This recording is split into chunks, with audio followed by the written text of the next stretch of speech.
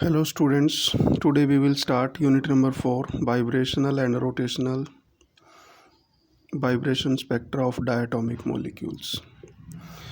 Before starting to this one unit, you should know we will talk about a vibration of a molecules. जब molecules vibrate करते हैं तो उसके बारे में आज हम स्टडी करेंगे. When the molecules are vibrating, they will show the vibrational spectroscopy. और वाइब्रेशनल स्पेक्ट्रोस्कोपी का दूसरा नाम है आपके पास इंफ्रारेड स्पेक्ट्रोस्कोपी. मींस जो फ्रीक्वेंसी स्पेक्ट्रम में एमिट आउट होगी वो इंफ्रारेड रीजन के अंदर लाई करेगी, इसलिए हमने इसको इंफ्रारेड स्पेक्ट्रोस्कोपी कहा है. अब हम बात करते हैं कि ये इंफ्रारेड स्पेक्ट्रोस्कोपी कौन कौन से मॉलिक्यूल्स में ऑब्जर्व की जाएगी. मॉलिक्यूल्स को बेसिकली हमने दो कैटेगरी के अंदर डिवाइड किया है, इंफ्रारेड एक्टिव मॉलिक्यूल्स और इंफ्रारेड इनएक्टिव मॉलिक्यूल्स. इंफ्रारेड जो एक्टिव मॉलिक्यूल्स हैं उनके केस में उनका कुछ ना कुछ परमानेंट डाइपोल मोमेंट होना चाहिए. डाइपोल मोमेंट हमें पहले भी बताया है कि dipole moment is a product of A either charge multiply by the separation between them. Q multiply by 2L से आप रिप्रेजेंट करते थे डाइपोल मोमेंट को. जिन सब्सटेंसेस का परमानेंट डाइपोल मोमेंट होगा वो इंफ्रारेड एक्टिव मॉलिक्यूल्स कहलाएंगे और जिनका परमानेंट डाइपोल मोमेंट नहीं होगा वो इंफ्रारेड इनएक्टिव मॉलिक्यूल्स कहलाएंगे.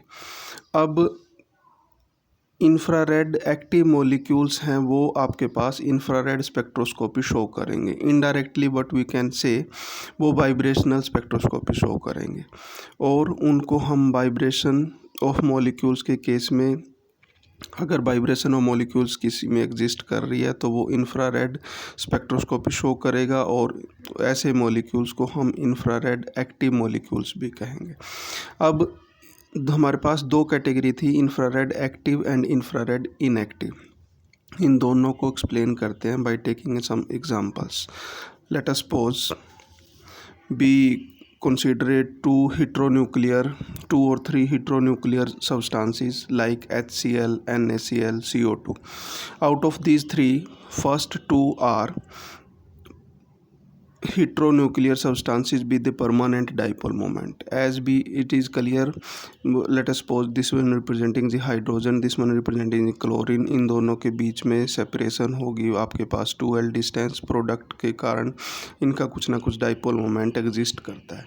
सिमिलर केस में NaCl के केस में आपके पास तो इसके केस में भी कुछ ना कुछ परमानेंट डाइपोल मोमेंट एग्जिस्ट करता है. तो इन दोनों के केस को परमानेंट डाइपोल मोमेंट एग्जिस्ट करता है तो इंफ्रारेड स्पेक्ट्रोस्कोपी को सपोर्ट करते हैं. तो मींस इंफ्रारेड एक्टिव सब्सटेंसेस हैं HCl और NaCl.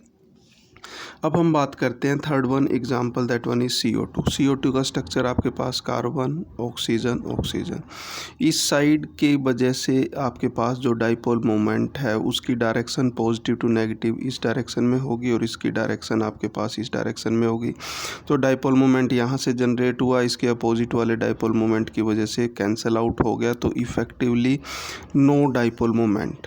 कार्बन डाइऑक्साइड के केस में डाइपोल मोमेंट आपके पास 0 है.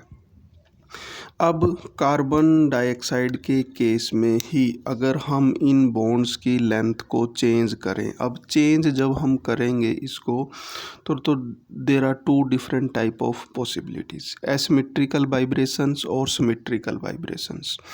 अब वाइब्रेशंस के केस में क्या होगा कि ऑक्सीजन या तो इसके नज़दीक आएगी या ऑक्सीजन इसके पास से दूर जाएगी या फिर एक ऑक्सीजन नज़दीक आएगी एक ऑक्सीजन दूर जाएगी या फिर वाइस वर्सा. ये डिफरेंट सिचुएशंस हैं. इनको मैं दो कैटेगरी में कैटेगराइज कर लेता हूँ.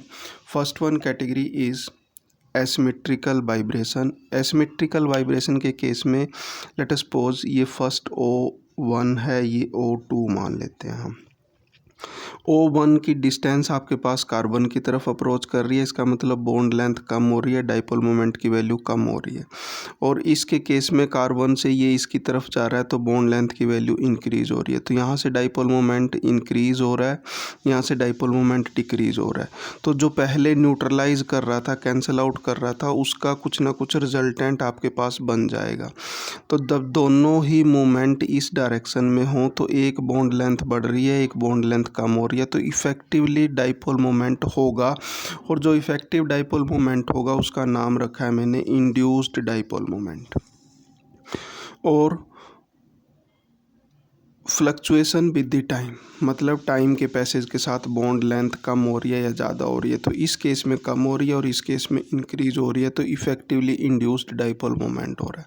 अब इससे रिवर्स स्टडी करते हैं कि ये वाली लेंथ इंक्रीज हो और ये वाली लेंथ डिक्रीज हो, तो both are the same case और both are consider under the induced dipole moment. और इस तरह के ऑपरेशन को हम एसिमेट्रिकल वाइब्रेशंस कहेंगे। तो एक वाइब्रेशन की वजह से लेंथ डिक्रीज हो रही है और दूसरी वाइब्रेशन की वजह से लेंथ इंक्रीज हो रही है, so it is consider under the asymmetrical vibrations. अब सिमेट्रिकल वाइब्रेशंस क्या होंगे? सिमेट्रिकल वाइब्रेशन के केस में हम क्या करेंगे, सॉरी ये निशान गलत लगा हुआ था यहाँ पे, एक एरो इधर